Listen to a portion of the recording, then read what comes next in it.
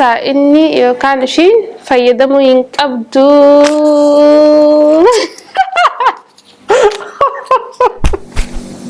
كرورة كم كرورة فردت كم هاي يو نمني من النادو في مال جتشو كأنه كذا نمني كنت كأنه pernah biara di kamera aja itu anak kok. Kasuma. Guya raboda kali kini merafat ya. Guya raboda karena tibo cewa kau bos teh. Kami waka yomi. Kerumo. Osoni malika kabade. Nama hundan jalat.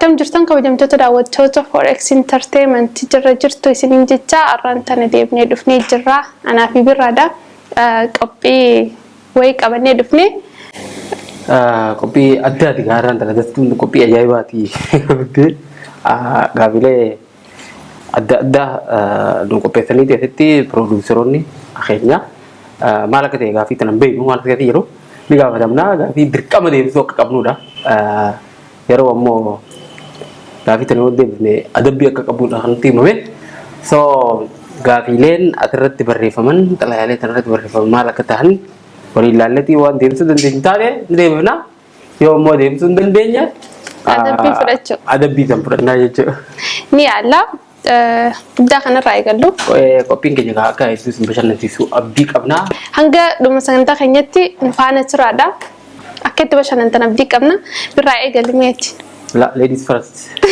no dubur rai gallo nama anga fa rai gallo ana mo de ngam si guddaa raa eegalu guddaa san xiqqoo dhisee hundaan banini takkuma qofa irraa fuudhe maal waraqaan dilla kuntuba mooji gaafin tokko faan guyyaa irraa boodaa kanatti booche yookaan booste kamii yookaan yoomii saba waliin ibsi yoom booche yaabirraa yoom booche hin boonye fuulduran boo karoora qaba malee no jechuun hin boo'uu miti osoo hin taane amma akka amma dubbisteetti guyyaa irraa dhumaa kaati boocha jaami feetu si xiqqaa ta'u feetu dheengaddaa ta'u gaggeessaa asuutiif illee taatu hin boonye. Kanuma guyyaa irraa booda qaboonye guyyaa gaggeessaa asuusan guyyaa ishii gaggeessuun sun qofa osoo hin ta'e guyyaa nuti boonye akkuma waliin daawwattoonni kan jedhanii arganii jiran guyyaa sarpiraayizii. Akka dhuunfaa keetitti himi akka dhuunfaa guyyaati qofti booche. Guyyaa sani. Guyyaa gaggeessaa asuusan guyyaa qopheessinee fi sarpiraayiz goone san guyyaa san faamiliin ishee akkaataa itti wanti jaallata. By the way viidiyoo san biira ergisiisee edit goone walumaan sarpiraayiz sanuu garuu gaafa san lumaan itti dhagaaf yeroo achitti ilaallu san immoo miira keessa nu galche. Dandee asitullee akkaataa isheen itti wanti jette ilaalle guyyaa san qabu kan hin bu'e yeroo dhumaati. Okay. Amma haqee mitee jirtaa hin adabamtu? Himega kan maal modrika baate mun qaba. No bakka egaa guyyaa san eega jee amma yooniin isin duratti adabe fiidoon gadhiifamee jira chaanaala irra ni arga waan ta'eef miirri sanirra dhiirtiin humbochuu hanga samboo jee ani qaamaan biraan jira rigaan bahaa fi okay. Maal jetti seetan beektaa?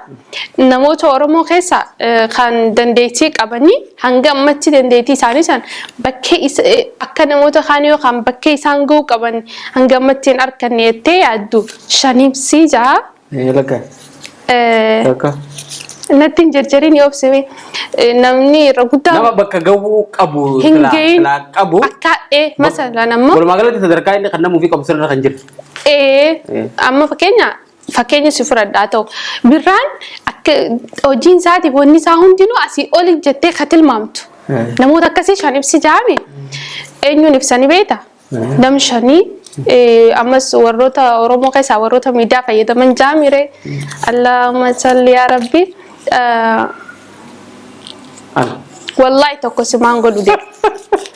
Tokko birra niin godha tokko sihi maaliifuu miidiyaa irratti irra hedduutti namaan waan isaan dubbisaniif waan isaan godhan sheer godhee dinqisiifadhee akka dinqisiifatamuu qabuuf an dubbadhee feesbuuka kiyya guddaa ashitee shojoo irratti ashitee ararjoo irratti kaniin sheer godhee yeroo duraatiif birraadha tokko nama afurii hafaa namni lammaffaa eenyu seeta dhalaa keessaayi Fooziyaa Oromoo Jaanini micoo Saudi Arabiyaa jirti yeroo dheeraa firiyaa turre ammaan tana miidiyaa irraa gaappii kannattee egaa warri Aroonii dhufe kuni Saudi Arabiyaa jirti nama jabduudha. Xoorataa baate osoo hin taane namoota guruupeeti amma yeroo ijoollummaa irraa kaatu namoota hojii guddattu jira sadarkaan deemtaa bara dargaggeessa kun gosa sadii jira siigaltee. So amma walumaa galatti jireenyi hiituni xoorataa bee. Xoorataa bee osoo hin taane warra maqaa xiyyaa kana karaarraa mammayine takka Fooziyaa Oromooti kan sadaffaadha. Nama dhiiraati Muhammad bin Aljaziiraa Jaanini dhalataa Jimmaati Dubaay ture jira amma Itoophiyaa jira mucaan sunillee lidduu nama jabaadha namaan baay'ee dinqisiifadhu kudha jaarraa miidiyaa irratti hin beekani nama bakka sadarkaa amma jiru kana olitti dandeettiin isaa hubannoon isaa ni malaaf jee yaadu keessaa tokko Abdee Shaw afuraffaa Abdee Shawii nama chaanala Oromoo keessaa YouTuberoota keessaa nama akka Abdee Shawii bashaasha bakka sadarkaa inni hojjetee fi jiru sanii olitti ani yaadu keessaa tokko yoo jiraate Abdee Shawii ammaan tana Kanaadaa deemee jira baga milkooytee kungiraa jennaan asmaanu. Maal jaala maffaan uffataan nama madaaltee ni beeytayii. Maal jechuun gaafa na gara? Ibsi uffataan nama madaaltee ni beeyta. Yes or no? Miti yoo jettee. Ni adabamta. Maal fa'aa adabam? Hai. Yoo madaaleen beeyneewu. Akkamiin si amanna? Akkamiin si amanna madaaltee dhabuu kee? Madaalee. Yoo madaalteen beeyne namni maaliin akka madaalamu ibsita bakka rakkoo miti. Lakki uffata nama madaaleen hin beekamu. Hayyee ibsi. Eenyu dinqisiifattee beekta uffataaf eenyu fa'aa madaalte? Nama madaale miidiyaa irratti. Miidiyaa irratti uffataan nama madaaltee ni beekta. Kanaafuu namni uffataan nama ni madaala kajaa'amullee ni jira jechuudha. Akka sababa ni nagara wayya. Ibsi kaa sababa. Sababni maal beektaa? Humna tokko keessatti miidiyaa irra dalagu. Miidiyaa namni italaalu tokko roga keessattuu dubartiin. Dubartiin. Maa dhiirsi noon uffattu? Ni uffatti. Ka dubartiin Wanni jeef maal beektaa? Waan uffata yeroo ammaa namaatu miidiyaa kanarra dhugaa waan toota akkana irratti waan akka irratti hojjetu amma fakkeenya namni tokko tokko uffata bakka aruuzatiin dhaqu. Uffanni umbara waan akkasiitu jira. Waan aruuzan dhaqantu jira. Waan mana tajaajila dhaqantu jira. Hundi gosa gosa. Akkasii. Amma zannattee meekaappii dibattee waa meeqa huccuu akkanaa sana uffattee mana tajaajila guuteetteessa. Abadan. Gadda namaatiin sargi ta'e jechuudha bara. Eegaa shiita uffattee aruuzana guuteetteessa. Taatu. Miidiyaa kanarra gaafa dhuftus akkaataa itti dhuftuu fi akkaataa mana kana itti soddaan wantoota akkasii tan nama laalee namni akkanaa kun huccuu sana maaliif bakka kanatti uffataa jee gaafan madaale takkaa'uu gaafa yaade hin qabaa jechuu barbaade. Nice. Dhugaa deebisee fudhadhee fitiin jira. Ayyee. Waaw. Namoota Oromoo miidiyaa irratti beekaman keessaa inni yookaan ishiin fayyadamuu hin qabdu.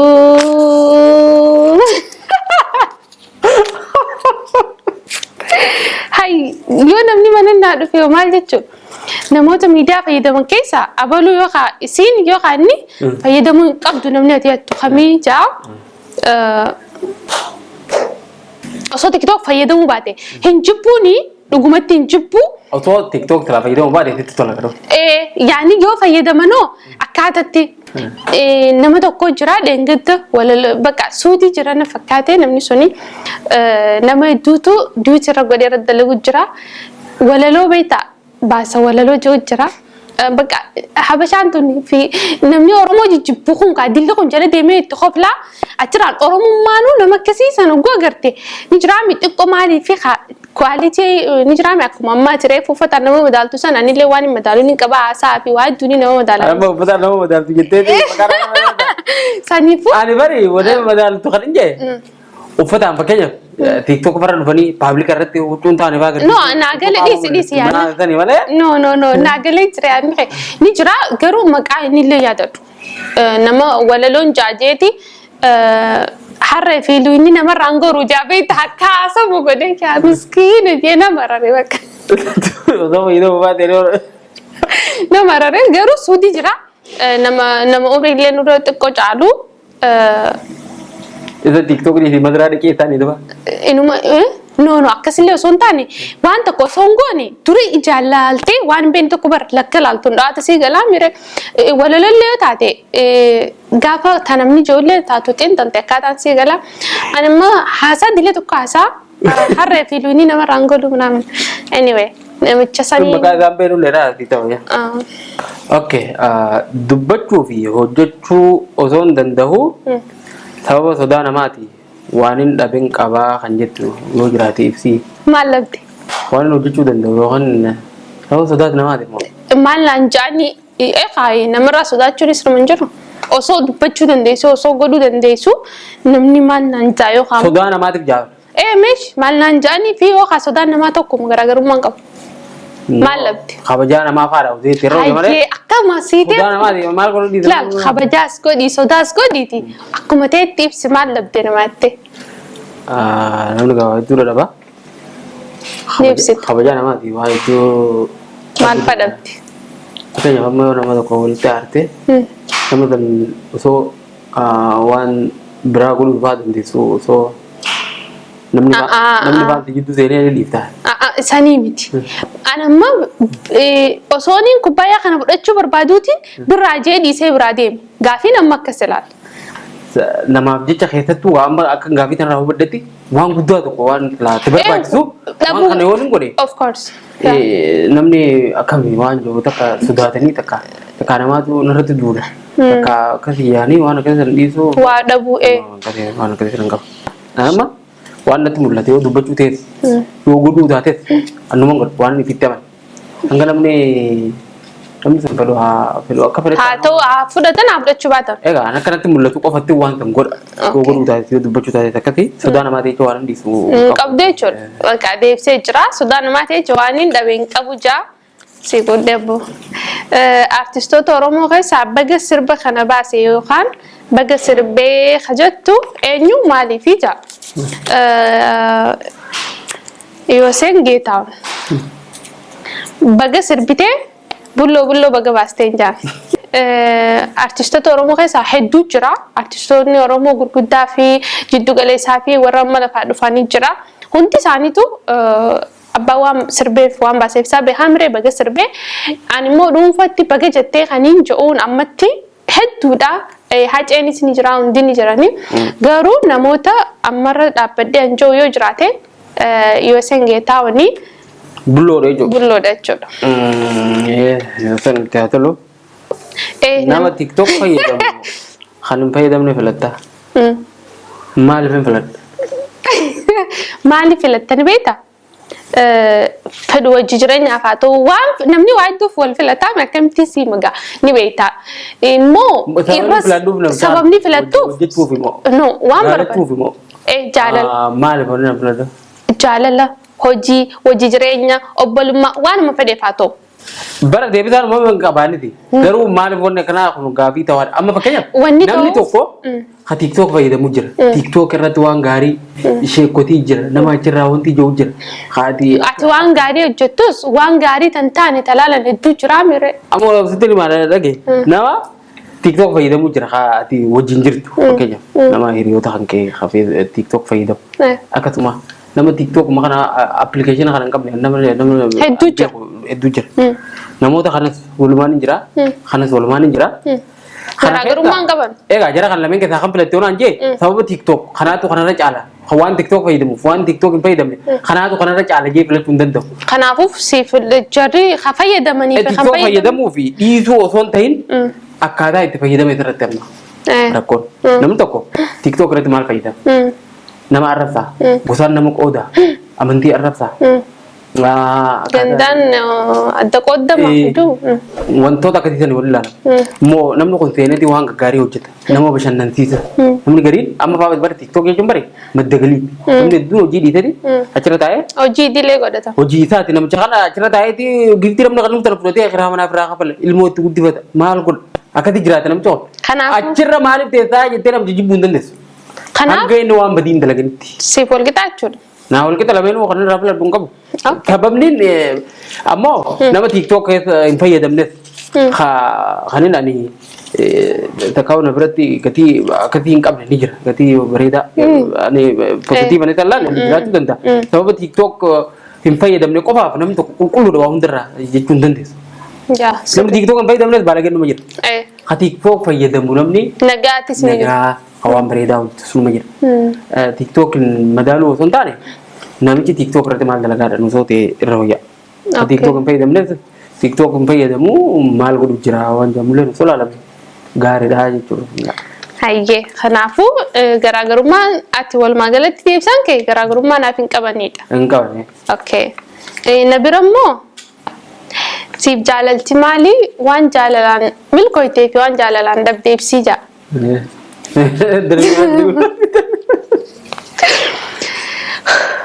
Okay. Anaaf jaalalti. Namni hundi ibsa by the way jaalalti anaaf jireenya jaalalti akkasi jaami. Anaaf jaalalti jireenya osoo hin taane gammachuudha.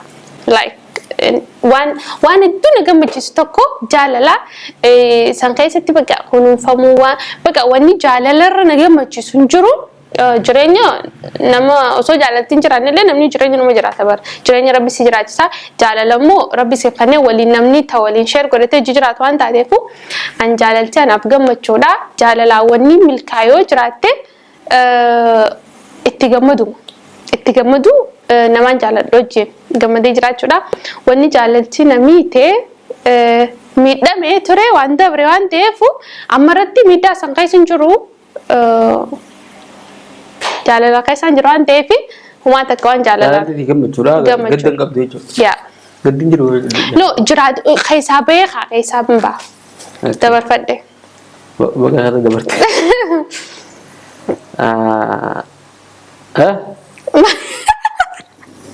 Maal? Dubartii wal bartee osoo baruu baadhee jettee gaafatee ni beeytee. Waaw. Eessatti eenyu siinii maaliifi odeessi birraa? Namni gaabbiin qabu keessatti. Abootaa eegaa hin jettu.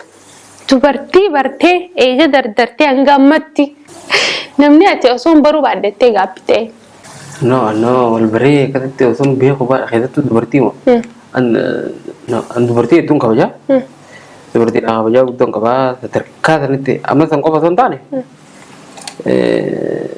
Dubartii hedduudhaan akkasii wal dhadhaadhee wanti nama yoo miti. Isin karaa sooshaal miidiyaatiin amma namni hedduun nama hojjaa taa'e. Waan akkasii wanti jiru ammoo namni tokko wantoota garaagaraa nama reechuudha namni wanti jiru ni jira. Saniin alatti akkasitti wal dhadhaadhee dubartii hedduudhaan wanti akkasii hojjetee hin beeku. Garuu namni tokko sooshaal miidiyaa kanarratti amma keessattuu waan akka motiveeshinii fi wantoota xiqqoo nama jajjabeessan jedhee dubbadhu kana wantoota akkasii wanti jedhe namni tokko waan garaagaraatiin hin miidhame. Namoota na qunnamtu jira waan akkanaatti nama mudatee maal na gorsita rakkoo kanaa akkasiin jira nama joofaa jira.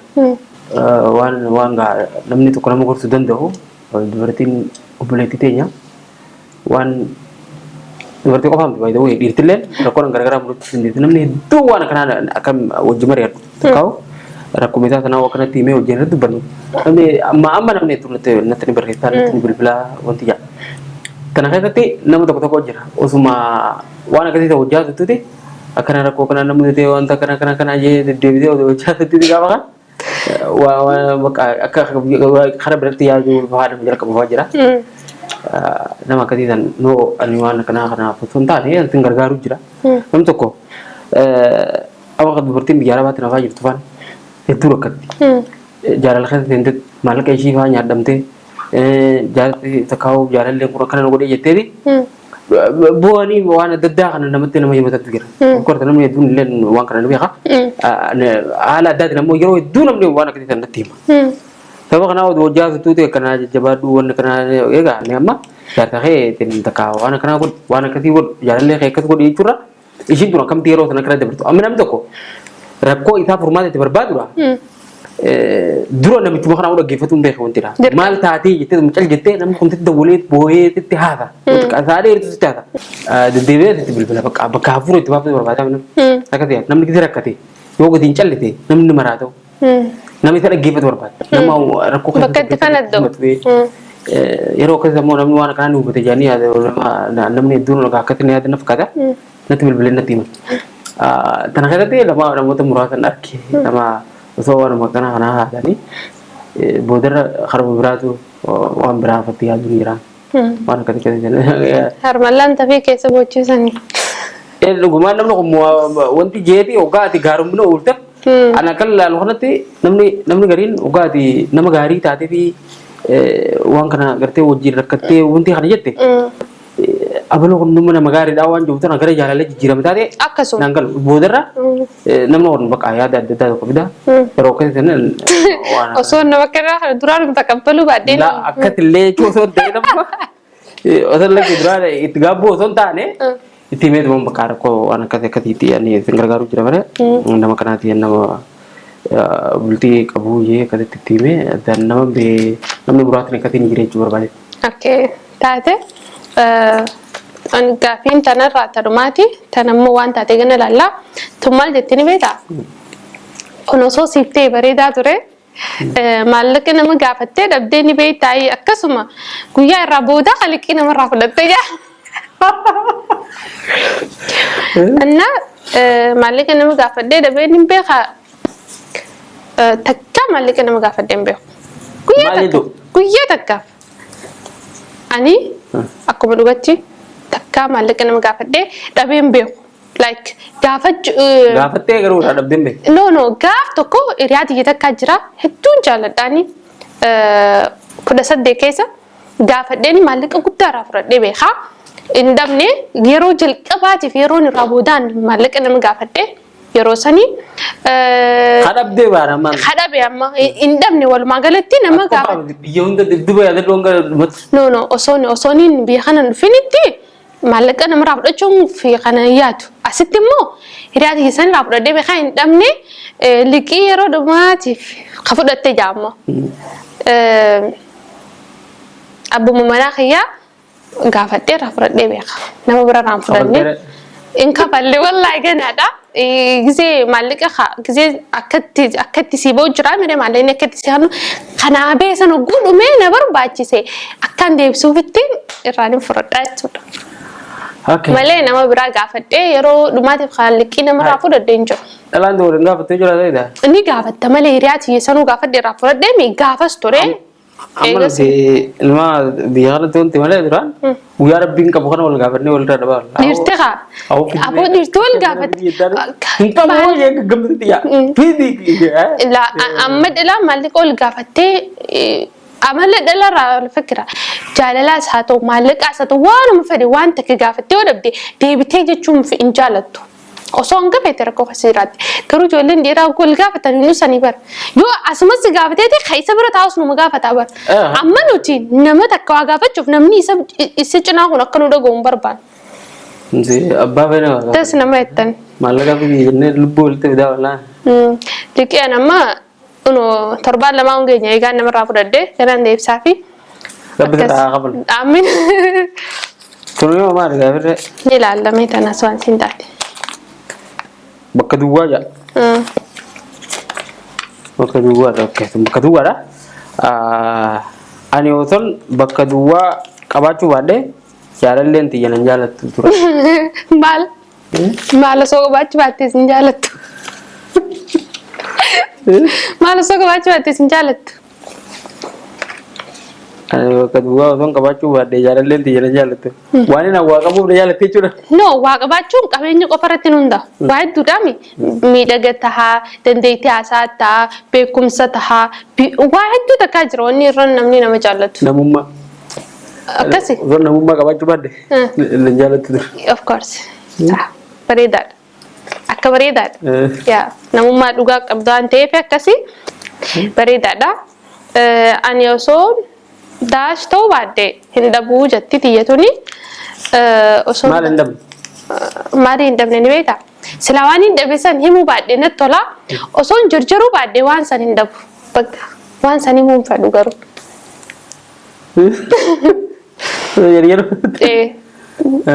Waan jarjaruuf waan hin dhabeen qabaa. Jarjara kiyyaa waan hin dhabeen qabaa. Saniifuu osoo hin jarjaruu baadhee waan san hin dhabu. Waan san immoo himuu hin fedhu.